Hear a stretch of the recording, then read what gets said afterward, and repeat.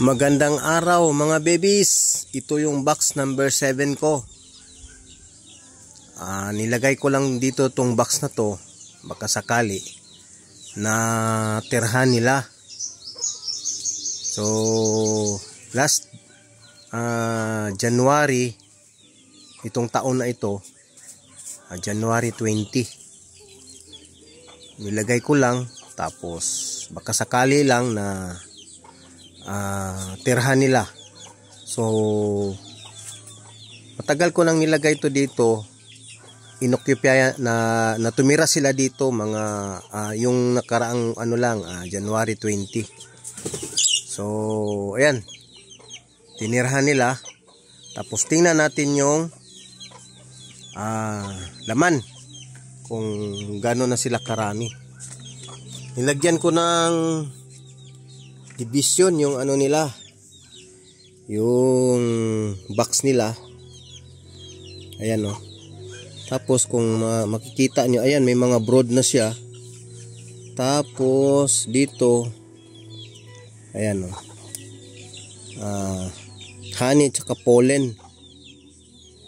Ayan, medyo hindi ko na bubuksan yung kahon kasi para hindi sila ganong maistorbo, tsaka bago pa lang kasi sila.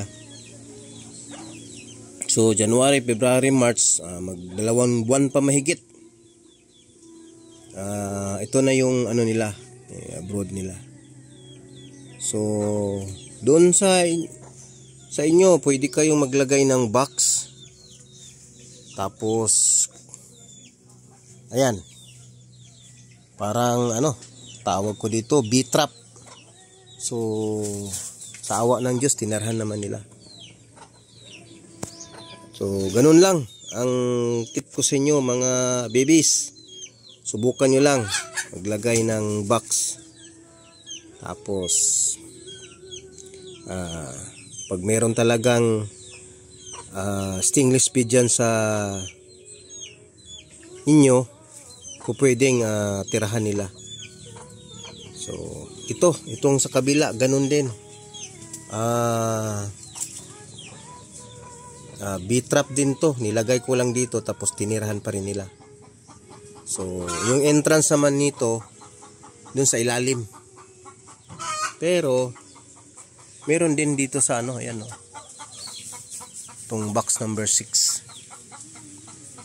So ayan, so ganun lang gagawin nyo. May mga mga honey na ito tsaka pollen, tapos itong brood, tapos may kunting honey din dito. Sige po, maraming salamat po sa panonood mga babies. Pagpalain po tayo ng puong may kapal. Let's save the bees.